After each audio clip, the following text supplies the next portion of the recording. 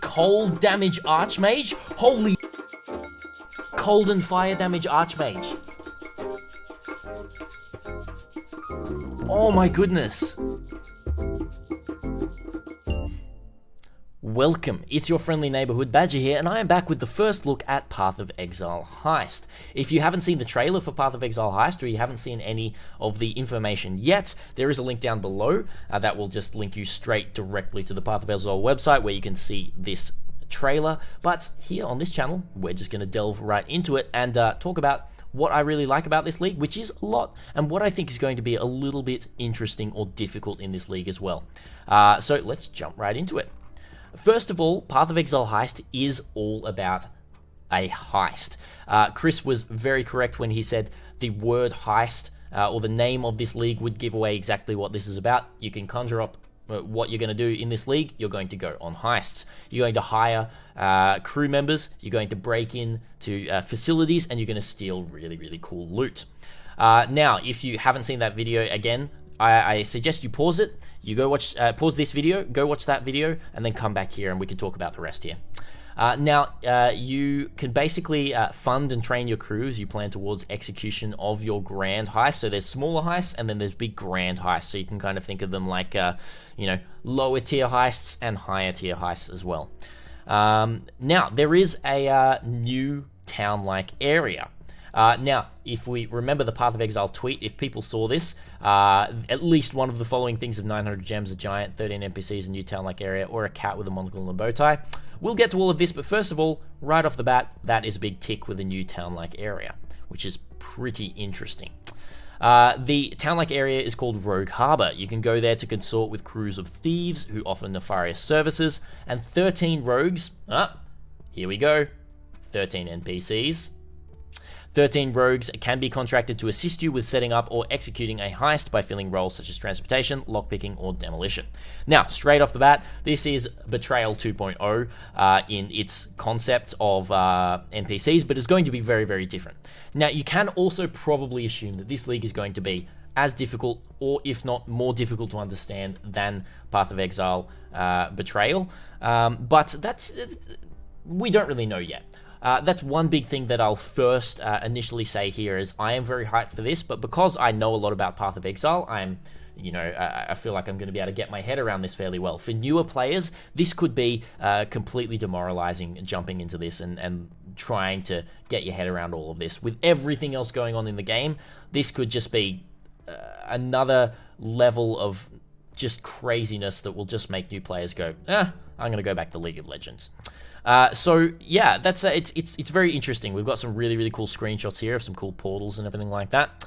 But yeah, one of the main things you're going to be doing is hiring specialists for your team. And these specialists should know the location of valuable artifacts and what defenses safeguard us, all of that kind of stuff. And you get contracts with all of this kind of stuff. You can get emblems that transport you to the Rogue Harbor and also used as currency for services. So you will be using this currency to purchase the services of specialists, which is going to be really interesting. I'm not going to pretend I know what everything else here does, but it looks pretty interesting. Alright, so then basically you're planning your heist. You're going to be planning your heists for a while, but then you're also going to be executing your heists. That's going to be the really, really fun part about this league. It's going to be lots of preparation for a big heist that hopefully gets you big loot. One interesting thing to note here is if you cannot escape the heist, you'll lose everything you stole while infiltrating the facility. Right at the top there, that's what that says. And this poses another big question to me is, how bad is that going to feel when we lose an amazing piece of gear that we're already holding in our inventory, but technically isn't ours yet? I've got a feeling this could be really, really disappointing and potentially a turn-off for this league. So we'll have to see how that's implemented. So you have to be careful with how much commotion you cause, or you may trigger the alarm, causing the facility to be locked down. When this happens, it's time to run, which is pretty interesting. Yeah, it's all about, not overstepping too much and making sure you only take how much you can get out, which is pretty cool. You can also equip the people that you hire with special things, equipping your crew. So you can hire them with those tokens you saw before up here. these rogues markers. You can hire them and then equip them, increase their levels, or you can only equip certain things if they have, say for example, if one of your NPCs has level 3 engineering, they're not going to be able to equip the sulfur blowtorch. Now it looks like as well you can craft on all of these. You could use any of your crafting currency to, make a magic sharpening stone here, or make a rare torn cloak as well. So you can probably assume the sulfur blowtorch here can also be crafted on to give new modifiers, which is kind of crazy. Crazy new modifiers here. More things to know, but we can safely assume, I was listening to the Ziggy D and Chris Wilson interview just before, we can safely assume that this is not mandatory gearing your crew perfectly to do really, really well in the heists. It's just going to be if you want to specialize a little bit more into certain areas, this is another element that you can learn. So I'm not too fussed about this. This is going to be a really fun thing to learn in my opinion. Planning your grand heist is also going to be kind of crazy. As you can see here, it's like a big blueprint. And when I said it's going to be like Betrayal 2.0, I really mean that. It's going to be Betrayal 2.3, 2.4. There's going to be some crazy things that we're going to really have to get our head around on the first few days. And to be able to take advantage of that is going to mean you're going to be netting crazy amounts of currency. That being said, if you just want to sell everything, everything will be tradable. That's another thing that Chris mentioned on the Chris and Ziggy D interview, which is really interesting. If you don't want to take part in all of these heists, you can sell everything. You sell it to other people, or you can craft on stuff and then sell it. We have blueprints down here, so you could just craft on these blueprints and sell them if you would like to. There's nothing wrong with that. That's really, really nothing wrong with that. Which is going to be pretty interesting. You can craft probably smaller blueprints, or you can run your smaller blueprints and then craft large blueprints to be able to go on grand heists and then sell the grand heists. Maybe you could be a small-time mobster, or maybe you're one of those big mobsters who take on the big grand heists and just buy the blueprints from everyone else. You can play this how you want to, or you can not play it at all. It's not going to be a thing where every map you're going to be doing a little bit of content. You can let this stack up indefinitely and then do one big day or a couple of days of heists, which is going to feel pretty interesting. I really, really enjoy all of that. We then move on to the Thieves Trinkets. Now this is a exclusive reward you'll be able to steal from grand heists, and they go into their own equipment slot. These items influence rewards you'll find from future heists you run, which is pretty cool. So say for example this one here, chance for items to drop corrupted in heists, and rarity of items found in heists is increased, and double divination cards from heist chests. So we can imagine there's going to be some very, very specific trinkets. If you get a crazy trinket with like double currency, double divination cards or something like that, that's going to be really crazy. Now it does look like these come corrupted, so you're not going to be able to craft on these. Sorry guys. But finding some pretty insane ones is going to be crazy. Say for example, we've got double maps, double scarabs here. So I can imagine there's going to be probably a total of 4 mods that you can get on these. And I can imagine double divination, double currency, double maps is going to be crazy for early game. That's something that you might even want to consider purchasing early game if you need maps. Getting double maps from heist chests on a trinket seems like it's going to be absolutely awesome. So I would definitely look out for that. Now, this brings us into something that is not specifically heist related, but something very, very interesting. Alternate quality gems. First off, this is crazy. I've looked a little bit at this and my mind is kind of blown. You did see a reaction at the start of this video to something specifically here, but alternate quality gems come from grand heist reward rooms and provide even more depths for existing skill and support gems. I'm just going to hover right here and have a look at Archmage support. The quality means that supported skills gain added cold damage equal to 39% of the mana cost.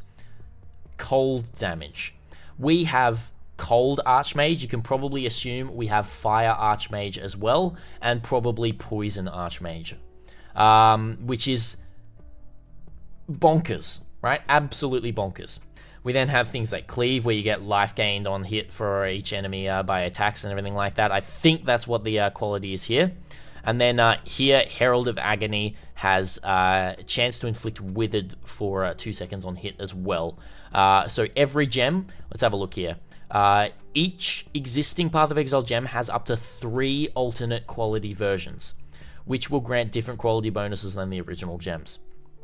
It's also been teased that you can get things like Flame Blast Poison or Flame Blast Cold or anything like that as well. You can safely assume that most elemental skills will probably have one variation of each element, and maybe Poison as well, which is just... I don't know what to do for making new builds for League starters at the moment. I'm a little bit going a little bit loopy trying to think of everything. That might be as well because I stayed up all night for the Path of Exile expansion release. But let's move on to the Replica, Uniques, and Experimented base types, which is another crazy thing. Other rewards you can claim from Grand Heist are Replica, Unique items, and Experimented base types. Replica unique items result from attempts to recreate unique items of legend, where the end product has a few crucial differences. So we can have a look at Abyssus here. This is my favorite. It kind of ruins what Abyssus is all about, but that's, you know, that's what Replica uniques do. Sometimes they can ruin them, sometimes they can make some pretty crazy stuff. This just adds flat damage to attacks for all of the elements instead of physical damage, which is really, really interesting. I do think it's actually pretty interesting. But the increased elemental damage taken there instead of increased physical damage is one big crazy thing. Then we've got something like Eldritch Battery during Flask Effect on the Sorrow of Divine, which is kind of crazy. And then we've got a rare bow here that has fire damage on the Implicit, which is kind of crazy, a Solarine bow. So it's a new base type. We're getting some new base types, which is really cool. New base types are absolutely awesome. I really like that. And then lastly, we've just got Toxic Rain instead of Rain of Arrows on the Lionized Paws replica there. Then that moves on to the weapon and body armor enchantments. The final type of new reward available from Grand Heist is a selection of weapon and body armor enchantments. These enchantments come on unnaturally powerful rare items and affect the magnitude of modifiers on those items. Some of these enchantments are so powerful that they involve substantial drawbacks. So, this is pretty interesting. This one here has an enchantment that all the sockets are linked. So if you keep rolling this, every socket will be linked. So all you need to do is use Jeweler's Orbs, which is kind of crazy there. And life modifiers have 6% increased effect as well there. There's just some options of some enchants there. And then this one here is something that is a big increase of requirement, but then also having a really good modifier there. So 200% increased attribute requirements. It requires 636 strength, but physical modifiers have a 15% increased effect, which is also absolutely bonkers right there. It was also teased that maybe we will be getting some form of currency, and it's not confirmed yet. It's not confirmed, but we might be getting some form of currency that will allow you to take the enchants from items you find and put them onto other items.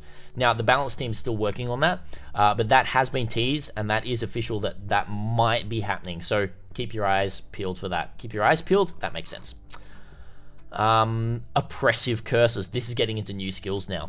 So they've added new curse-related skill and new curse support options. The new Doom mechanic causes self-cast curses to increase in intensity over time until it expires. This works well in conjunction with the impending Doom support. I'm not going to go too much into this, but there will be more leaked with all of this. But basically, if you want to have a look through all of this, there is a link down below. Changes to curses, all of that. There is new steel skills, so things like shattering steel and everything like that. They're introducing shards, so you can kind of think of it like Aurelia from League of Legends, kind of. Shards are blades that hover near your character, which is kind of cool. And then there's a new skill that makes them burst shards from the ground, providing more ammunition for steel projectiles, which is pretty cool as well. New powerful spells, something like this one here, which is a Wall of Flame. You put the Wall of Flame up, you shoot projectiles through it, and they gain fire damage and burning damage as well. So getting a Fireball Ignite with a Flame Wall, I think could be pretty darn awesome. Now, this is looking like the best skill ever released in Path of Exile expansion, Void Sphere. Creates a Void Sphere that pulses with physical and chaos damage, pulling in all non-unique enemies. The sphere slows enemies with increasing intensity the closer they are to it, and sucks their corpses into the void. Absolute PogChamp right here. I think I'm probably going to do a League starter with this one, because that just makes 100% sense. Yeah, that's pretty cool. Blazing Salvo. This spell releases a volley of fiery mortars. Targeting enemies up close causes the mortars to land with overlapping impacts, while firing from further away causes the mortars to cover a larger area, which is pretty interesting there as well, Blazing Salvo. And much more. Lastly, there's a couple of new uniques. Corpse Walker, all about corpses. We've got Chain of Emancipation, all about temporal chains on yourself and then getting rage from it. And then last, a Triskaidekaphobia, which is a divination card that gives a map with quality and 100% delirium. Yeah, that's pretty much all I have to say with all of that. Last of all, Path of Exile is going to be on Mac OS, which is really, really cool. So if you have a Mac and you've been wanting to try out Path of Exile for a long time, and you're for some reason still watching this video, you can definitely give it a go now. It's pretty awesome. That is all I have to say. I'm definitely purchasing the purple supporter pack, and I'm not purchasing this one. Thank you so much for watching, everyone, and until next time, Badger is out.